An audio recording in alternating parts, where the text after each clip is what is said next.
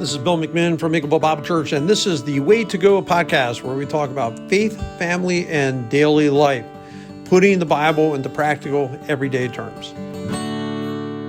Welcome to the Way to Go podcast. Bill McMinn and Bradly Brobst talking about the 5 love languages. I was interested to actually look those up, and it's pretty good. There was a day in my life I could remember. I could just spit out. I heard it so many times, like I could spit it out. Then I felt a little foggy, so I thought I would look it up. But a lot of people, it's not just, I thought Gary Chapman was the 5 love languages. Actually, I looked it up. There's lots of organizations talking about the same exact 5 love languages. So it must be a thing that's kind of established. But I feel this way. I think making fun of people should be a love language, because you say, how do you show love? Now, in the era that I grew up in, how guys showed love with each other is they razzed each other. Yeah. So they would tease each other. So if I would show up at the gym, which I need to, by the way, but if I were to show up and some of my friends were there, like they would just dog me. Like the second I walked in there, they'd be dogging me. They'd be calling me this, making fun of me, calling me names, stuff like that. Why? Because they love you. Yeah, that's their words of affirmation for you. I'm just saying, it's always been a thing. And then the younger generations don't seem to, I don't think, as keen on it as like what we were. Yeah. And we're like, hey, if I'm not teasing you, man, that's when you need to worry about it. Like when I'm not running my mouth, you know what I mean? Saying something, or giving you a hard time. That would be a sign, like maybe I'm like, overly cautious, because, if I find people don't think it's funny, then I don't do it. You know what I'm saying? I just I did a wedding one time, and I was like, have something funny to say in a wedding ceremony. And so I'm there. It's just like super country church. Like we're out in it was pretty rural in Ashtabula County. And we were in pretty much the most rural parts of Ashtabula County. And so I said one thing, I said another thing, and the whole group, they're all there. Stone faced. I'm like, that's the last joke you get to hear. I'm like, I'm going to be serious from now on. You just watch, because I just thought, obviously, this group is not. They don't seem to have much of a humor mode. So I just stopped. Stopped. Anything funny for the rest of the time, I'm like, no, I guess I'm going to be serious from now on. So if I'm around people, I'm the same way. Yeah, you got. But honestly, I do think that's the way that people show love. And I'm just kidding. I don't think it should be one of the 5 love languages. Maybe 5.5. Maybe half one, a half step, we could do. But here are the ones, actually. Quality time, and it doesn't have to be this order, but this is the order. We'll take it in. Quality time, acts of service, words of affirmation, gifts, touch. Yep. So what do you think? Yeah, I did the actual study through Gary Chapman's book. So, we got real familiar with all 5 of those. Who's we? You and the kids? No. Come on. Well, my wife, obviously. Okay, there you go. Right. And then also with a group of other couples as well. And how'd they like it? They liked it. It was good. It was challenging. It was deep. Like when you actually start to figure some stuff out, it's like, oh, I don't like that love language, but that's what you are. Like, right. Okay. Like that's not the way I normally. So I'm telling you what, I'm so bad at this. I don't think in these terms. You know what I'm saying? I think they're all important. Like, I think if you ask me, like, I wouldn't do either. I wouldn't be like, hey, listen, honey, it's going to be quality time or words of affirmation. You are clearly not getting both out of me. You know what I'm saying? It's one or the other. Pick one. Yeah. It's 5 love languages. You've got to be one predominantly. I think they're all important. I think touch is important. I think gifts are important, words of affirmation, so on and so forth. So I would say for, my wife, I would guess acts of service. I was actually hoping she would do the show with me, and then I could ask her. And then I could find out, hey, honey, right now on video, you tell me what is I would say she does like it when I take out the trash. I like taking out the trash too, because I like collecting hero points. So, and I want them for every little thing that I do. I want my hero points for you. I want my hero points. So no, I do like it. And I like that she appreciates doing it, because I'm one of the, hey, I don't want you lifting. We actually did a move, and I think it hurts her. We had, to do stuff. So I said, hey, you watch Zeke. Let us move the stuff. I really don't want you carrying stuff. I don't want you having to do that kind of stuff. So I do try to be protective, and I do think she appreciates it. I do give her a lot of words of affirmation. I don't see my wife as somebody who really cares what people say. To be honest with you, I just don't see her. That's exactly the point. Like when we did the test, it told us what our love language is, and I'll have to do the test then. Yeah. Well, my wife is acts of service. But in the test, pretty much, it might have been like very minimal. Like giving gifts was like she didn't care to get gifts, but she still likes to get gifts. We still have to pepper in, but the most important one, because like you gave me that, what is that, Mason? She loved that thing. what was that? The clay jar thing. Oh, the Crocs, like preserved Crocs, and then a jug, and she loved it. And so it's not that gifts don't matter to her, but it's very low on her totem pole. Right. Well, cast iron is your love language. Like if I find cast iron, I'll bring it to you. That's your love language. It's not my sense. I've joked around about the love languages. Like I think, 5 love languages: touch, touch, touch, touch, and touch. Like those are the 5. They're the only 5 you really need. I joke around and say, but if I had to say, my love language, it would be touch for sure. Not that I need to like walk down the path and you hold my hand. Yeah. I've got a camera. I don't really need you to hold my hand. I have a camera in my hand. So, what do I need someone to hold my hand to? Right? So, but no, I do. Touches, I think, pretty important. But quality time is one, and this is what I read. People whose love language is quality time feel most adored, right? When their partner actively wants to spend time with them and is always down to hang out. They particularly love when active listening, eye contact, and full presence are prioritized hallmarks in the relationship. Quality time. For sure. Well, that's one of mine. That's actually one of my top, because it's a kind of a tie between that and physical touch. And quality time, though, like working out in the garage, I loved it. Before we had kids, because obviously now that's a little different, but I loved just Courtney coming out, just sitting in the garage, just absolutely hanging out. It was in whatever.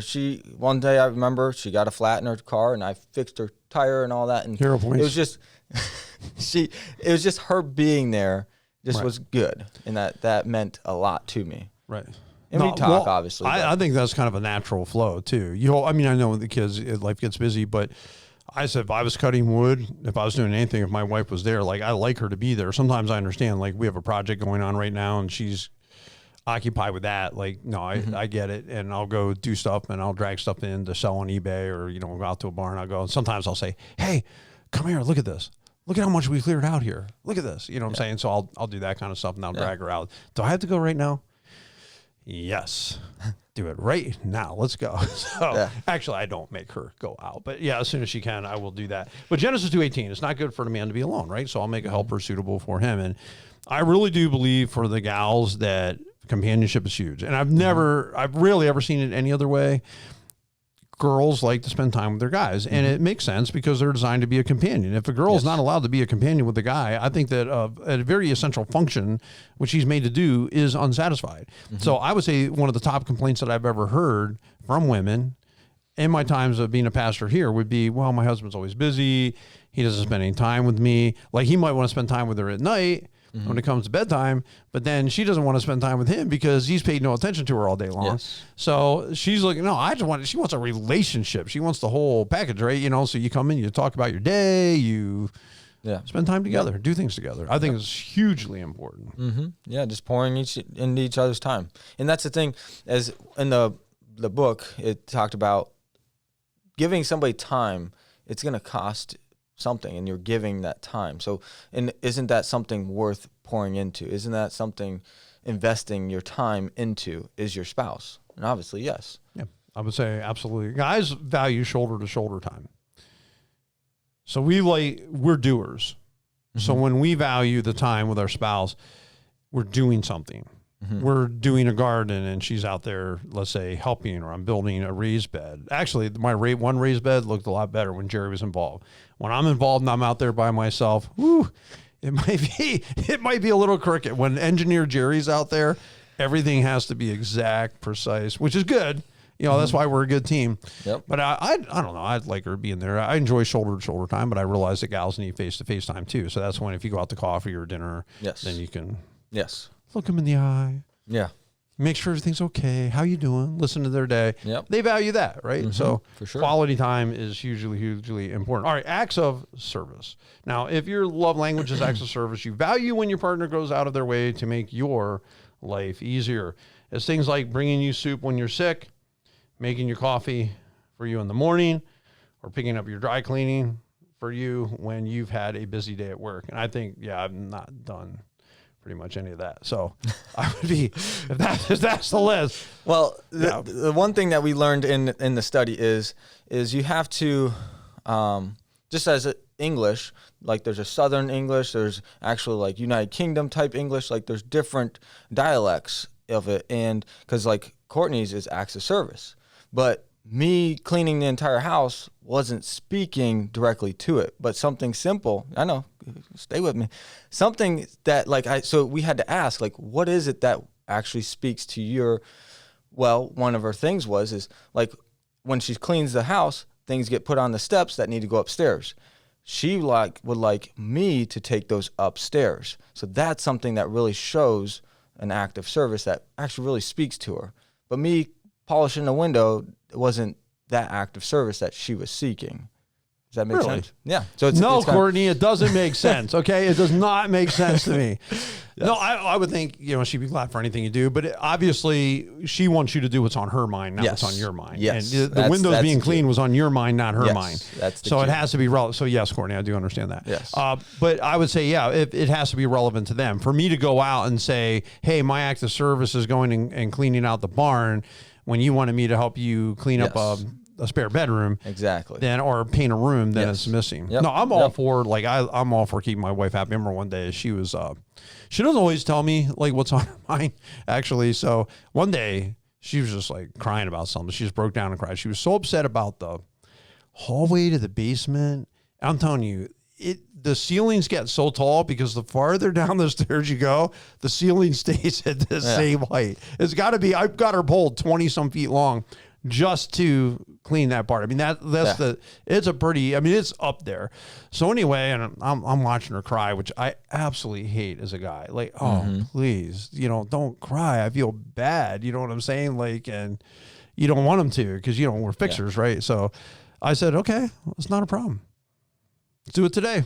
And we did. That was the end of it. This has been bothering me for years. I'm like, well, I don't remember talking about it, but if it's bothered you for years, here we are. Boom. I just did it that day. And she's a lot happier. So, and I try to, whatever she's into, I just try to be into too, to be honest with you. So if that's something like one day I couldn't stand the way the windows look. Then I went out, they are not a job for like that Jerry can do. Like she honestly, my windows are 6'6". It's one piece, one window that's got to be pulled out of wood, a box window. You got to get on a ladder. You got to wiggle that thing out of place and clean it. She was ecstatic. She was absolutely thrilled because that was something that had been bothering her, but I'm like a whim guy. So I just come home one day and I happen to be working at home that day. Sun's going, it's warmer weather. Sun's more to the north. I see it going through the window. I see the cloud. It's not a cloud. It's just a cloudy window that needs cleaned. And I'm like, this is driving me nuts.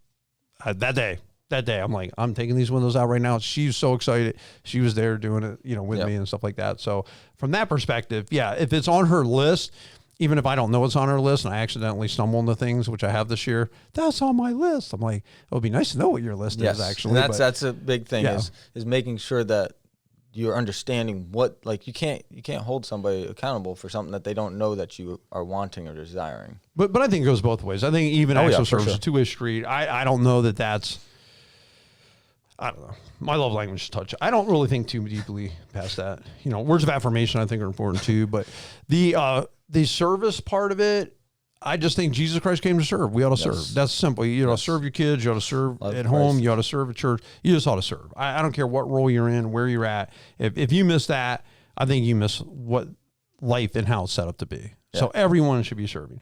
Words of affirmation. And that's where you are going to say, I assume nice things like I love you and great job. And I'm talking to you right now. Yes, please keep going. Keep going. You're awesome, Brad. Thank you. You're awesome. No, I think those words are important. Yes, I think people hear it enough, honestly. So telling your spouse that they're beautiful or handsome or whatever it may be. Right. And that might speak to that person a lot. And some people don't value words, but certain people do. They might not value it, but stop saying it and see what they think then. Like my wife, I don't think it's a big driving force, but what if I didn't say it? Yes, exactly. And she appreciates it. Like she appreciates it because I've always been in the mentality, no one's going to out-compliment me to my wife. Like no one's going to give her more compliments than I'm going to give her. Yes. I felt that way since we were young. And I never cared if people were whistling at her. Back in the young days, people whistle at her and you don't hear the stuff and catcalls and, whatever it all was. And I never got offended. I never even batted an eye, about it. But I didn't care because she's already hearing that from me. That wasn't like the first, oh, wow, that's flattering. Finally, somebody gave her a compliment, you know, so I never sweated that stuff. Ephesians 4:29, do not let any unwholesome talk come out of your mouths, but only what is helpful for building others up according to their needs, that it may benefit those who listen. We really do need to say nice stuff. And one thing that we learned too in this study is that if your love language is words of affirmation, and if I say something hurtful to you, it means it hurts so much more to that person because they're wanting words of affirmation, and you just gave her words that brought, or him, whatever, brought them down to a breaking point. It really hurts when you do that to somebody that is words of affirmation. Yeah. Well, some of us are guys, we're pretty blunt. You know what I'm saying? Yeah. So that's sometimes as men, you got to watch what you say. Do have to be careful. Well, I've found that in life. Yeah, you do have to be careful. I found, honestly, sometimes like the best thing I could say when I walked in the door was nothing, because I learned early on, my wife doesn't really need my commentary on what I think the house looks like, because she had already had a hard day. She's already been chasing kids around and homeschooling and all this stuff. Like, she's already had a million things to do. You know, she doesn't need, so I would come in and my attitude was either shut up, pitch in. That's it. You know what I'm saying? Like, you saying something is not at all helpful. You helping is helpful. You talking about it is not helpful. But if Jerry's love language was words of affirmation, you coming home and at least bringing something positive out of the mess or the chaos, that really brightens her day. I would say, I mean, I don't know. She would know me more as a cheerleader for sure. Yeah. I work with a pastor who was that way, and I think I learned a lot from him, honestly, because he was just that kind of way. You know, now if he got mad at you, you might have to go push him on it, because I remember one day, you know, I used to always get to do announcements all the time or say something in the front of the church. I was only like 21, and I just noticed like they would take me up front every Sunday, and I couldn't do anything anymore. And so I finally asked him about it. I'm like, how come I never get to do anything? He goes, because you're not serious. Because you tell knock-knock jokes on the way up to the pulpit. That's why. And I never told a knock-knock joke, to be honest with you. Like, I could have argued right there, not knock-knock jokes. I don't tell knock-knock jokes. But I'll tell you, he was right. Like, I was not. Yeah. I mean, I don't have a ton of serious bones in my body anyway, but I mean, I really didn't have serious bones in my body back in that day. So I heard them. Like, okay, I get it. And then they let me start saying stuff again. You know what I mean? So, but yeah, man, the stuff that came out of my mouth there, it wasn't good always. It was a wiseacre. I thought I was funny. You know what I'm saying? I don't know if anyone else was laughing, but of course I thought I was hilarious. Anyway, Proverbs 31, her children all rise and call her blessed, her husband also, when he praises her, Proverbs 31. You got to be, I think that's so important, just be praising your spouse and thanking them and being grateful for what they do. And maybe you think it, and I think sometimes people think it, it's not that they're not appreciative, they just don't really express it or really talk about it. So I'm not one that means a ton to. Like, words don't really move me that much one way, not either side. If somebody's life's impacted or something, like, that means something to me. Like, if somebody, good, I'm glad. You help somebody, you want to live life and help people. So if you heard you did, that's a great thing. Otherwise, I'm not. I don't know why. It just never really moved me that much. Gifts. Well, okay. What is that? Giving gifts. Giving gifts is a lot of times you can pick up on who is a gift, like they like to receive gifts because they're always giving gifts. So a lot of us will speak our love language very easily because that's how we want to be treated as well. But giving gifts is where it doesn't have to always cost you something. It could be something as simple as like one time I pulled a vehicle off the side of the road and just snipped some wildflowers for her. It's free. That was my yard. Well, you weren't home, all right? But just things like that, just little things that it doesn't always have to cost you. So if they like gifts, maybe, hey, this rock I found, remember when we went to the pond and we saw that turtle, whatever. Just things like that trigger things that, so they enjoy when they receive little things, like free Crocs. All right. I'm going to find you more of those too until you tell me to stop. I guess I do. Maybe my love language, maybe I am a gift giver. Christmas time, like, I always knew, like, Bill, you need to be disciplined. You need to be and they all know it. Like I was a great Santa Claus. Like, I would shop for hours for my kids. And I was one, like, never ever in my whole life did Jerry be the one buying the gifts for the kids, and I wasn't there. Yeah. I was so big on the toy shopping, so big later when they got older, buying them clothes. I would take them to stores, see what they like. I mean, that's Jerry, Cassie, Michaela, all three of my girls. And I was huge into it. And they know I am to this day. Like, I will break the budget every year because I don't know. I do love giving gifts. I think we're finding your gift. I know. I do love. I think this is your language. You're a picker. All right. I think we're figuring this out. We're almost done. I like giving stuff away. I do, actually. Like, I enjoy if somebody needs something and I come across it. Yeah. I mean, even one time I was at a yard sale and I found a sprayer, and I knew Eric had weeds in his yard. And I said, hey, if you get yourself some Roundup, I found him a sprayer. It was a really great price. I just gave it to him, you know what I'm saying? Because we had been talking about that kind of stuff. So if I knew you were looking for something and I saw it, there's be no doubt in my mind, I'm definitely buying that. You know what I'm saying? Because I know you're into that. So I want to, I guess I do. I must be a gift giver. So, I go and help my daughter move. I'm already thinking, I know. I'm already thinking about it. Yeah. I'm already thinking, when they're moving to the apartment, oh, what cool thing can I get them? Like, what cool thing can I find them? You know what I'm saying? So it must be a thing there. But anyway, the greatest gift ever given was Jesus Christ. And that's God's gift, right? Yes. For God so loved the world that he gave his one and only son. I mean, that's the beautiful, even while we were yet sinners, Christ died for us. Yes. That's a gift. God gave gifts. I really do think giving gifts and giving in general is a huge, important principle. Touch. I mean, self-explanatory. Yes. We don't even need to talk about that. Now, just so we clarify. Okay. What needs to be clarified? Because in the group, like if it's only the physical touch time in the private room area, whatever, the thing is it's not only about that. It's if you like when, like, maybe Jerry comes up and gives you a back rub or just puts their hand on your back or those types of things. So you're not touch. So we're figuring this out. You're a gift guy. So, all right. What are you even talking about, Brad? No, I would say for girls, that's for sure. Yes. Like, so it could be for girls because I think for the women, they don't want every single touch to be because you're expecting something else. Yes. I'm willing to hold your hand right now, but we all know where this is going, right? Exactly. I would agree with that 100%. Yes. For a guy, I don't think a guy needs any warm up. You know what I'm saying? Like, if you touch my shoulder right now, you better not have anything else in mind. I'll tell you right now. They're all thinking, I hope they have something else in mind. So there's a big difference between guys and girls. Yes. Like, I mean, a humongous difference. But in our group, though, it like you're touch, but a lot of the guys, that's not their primary language. Right. And that just drawing that out as it. Call me and I'll talk to you. We'll figure this out. We'll figure out what the problem is. So no, I'm just kidding. I'm totally kidding.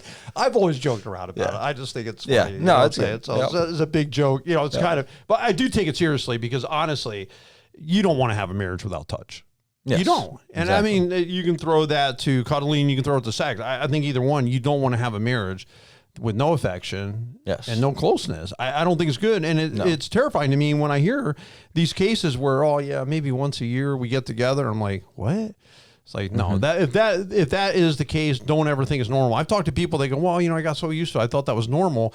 They didn't realize how much trouble their marriage was in. They just thought that was, well, they got older, we got older and things like that. I'm like, I would say that's a barometer, right? So if that's like kind of getting chilly in the bedroom, I'd be wondering, what have I done to annoy them? Like, what have I done to make this kind of like this way and make sure the relationship? And that's all the touch stuff is built on a much bigger relationship. Exactly. And we could say, hey, that's going to be built on quality time, acts of service, right? It's going to be words of affirmation. It's going to be gifts. It's going to be different things that you do. I don't think that can, you can treat somebody like dirt and then think that they're going to be all, can't wait for you to touch them. Yes. Because that's clearly not going to be the case. So yes, exactly. So, but I would say build a good relationship with your spouse, whatever it is. And some of the stuff we say tongue in cheek today and we joke around and other things, obviously, we're serious as a heart attack, about some other parts of it, but it's just building a relationship it takes work and you just got to be constantly mindful. I've always been amazed at how much affirmation you do need, no matter what. Yeah. It's just you like to hear I love you. You do like to hear you're appreciated. You don't mind going yard. I'm telling you, you don't mind.